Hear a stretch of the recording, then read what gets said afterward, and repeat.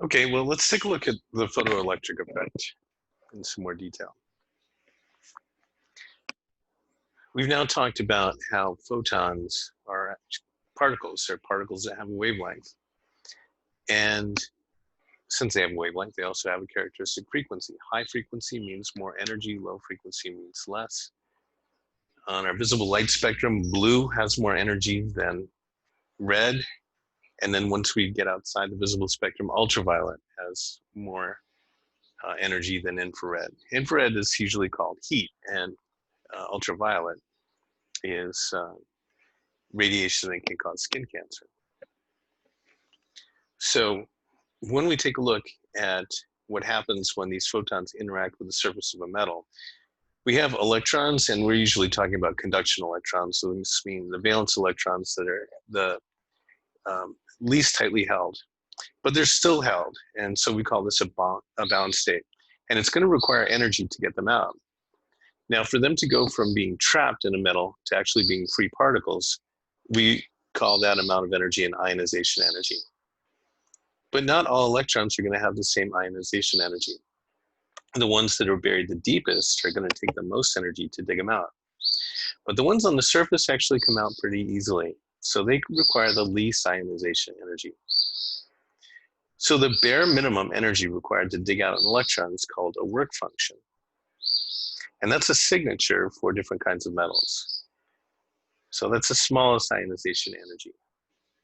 So just based on conservation of energy, we have a photon that comes in, and that energy gets absorbed. And in absorbing that energy, some of it goes into liberating the electron, and the rest will be kinetic energy that's left over.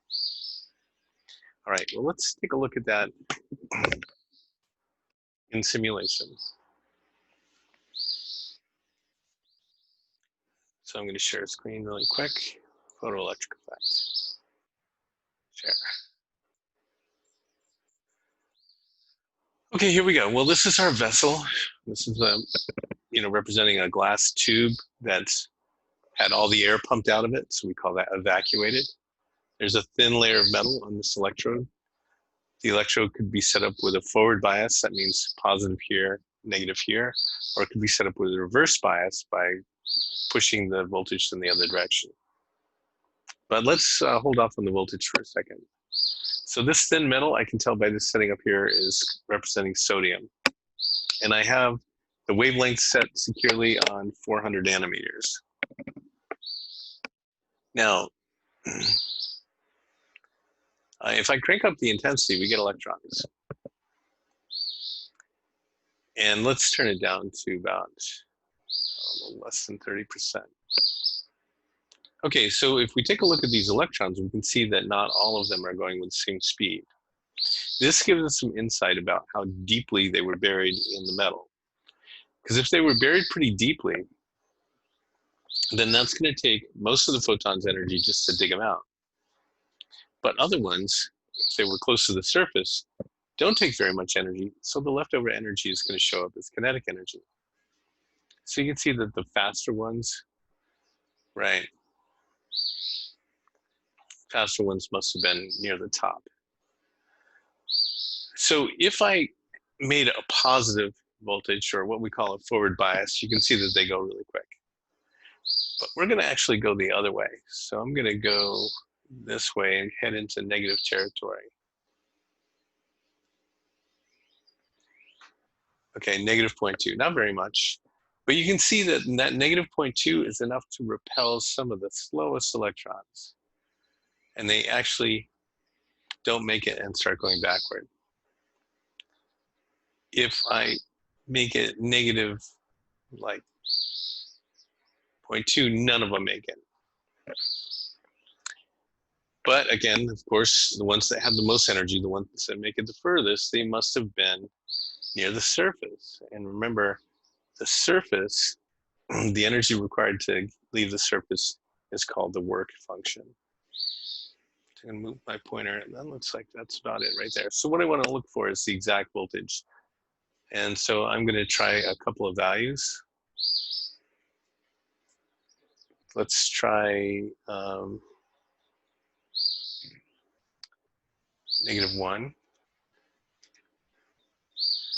Let's see if any of the electrons make it.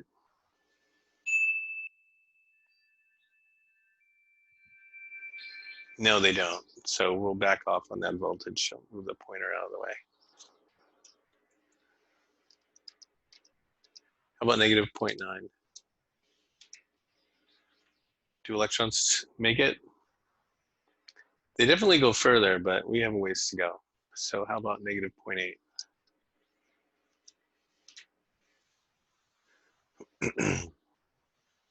I think we almost got it. So, and you can see we have a current reading down here. So the current will start to increase, but let's go ahead and change this voltage again. And let's try with like negative point, oh, let's say 7.8 and see what happens. Ooh, okay, yeah. So it's just touching. We call this the stopping potential.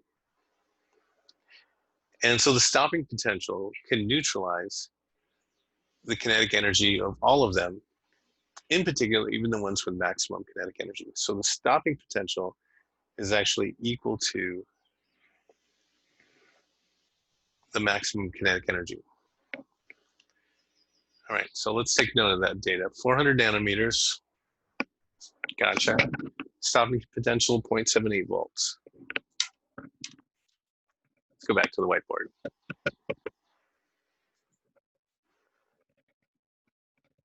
Okay. So we were able to turn back electrons with 0.78 volts. And so that must have neutralized the kinetic energy. So I'm going to go here and write in 0.78 volts, but that's not a unit of energy. What we can do, though, is just in the same way that that K might stand for kilovolts, we can put an E in here and define a new unit of energy called the electron volt, where E represents the charge on an electron. So 0.78 electron volts is a useful chunk of energy. Now over here,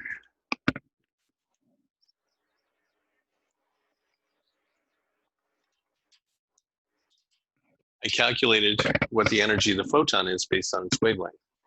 So energy equals HF, this is the Planck hypothesis, where H is Planck's constant. And we're going to use the electron volt version of it, so 4.14 times 10 to the minus 50. Multiplied by the speed of light, 3 times 10 to the 8th, divided by the wavelength. And that math happened right here. So this turns out to be 3.10 electron volts. So to get surface electrons off, this is the minimum ionization energy, which we also call the work function, is going to be theta, the work function, is going to be equal to the difference between the energy that the photon brought in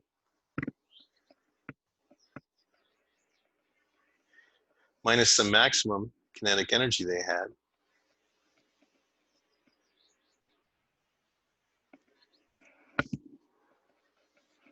And so that's equal to, I know all these numbers, so 3.10 minus 0.78.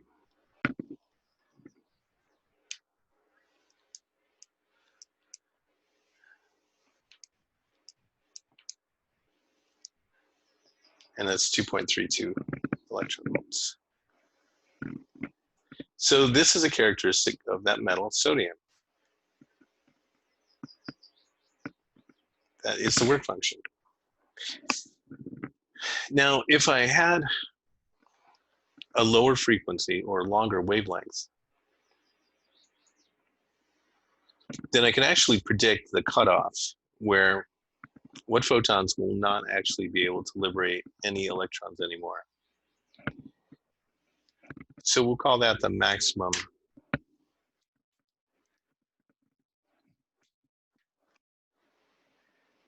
lambda max equals the longest wavelength that still produces ionization. Longest wavelength or ionization.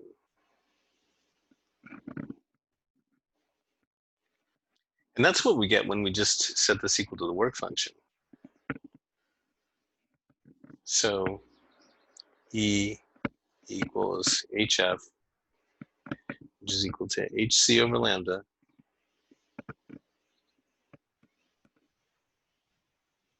and that's just equal to the work function.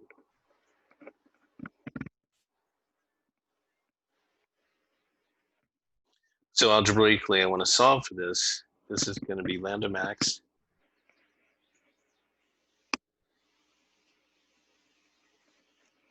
equals HC over the work function, Greek letter phi. Okay, well, here we go.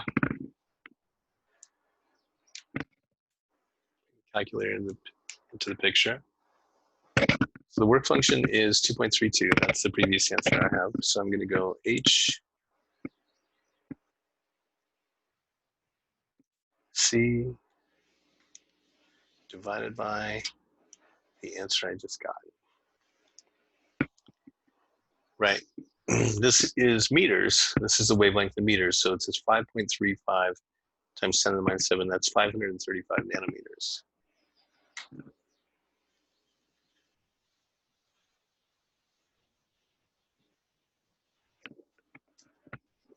Okay, cool. Let's go back to simulation then.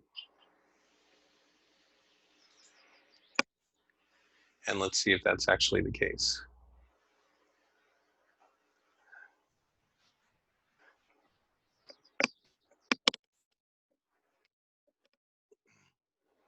I'm going to put the voltage back to 0.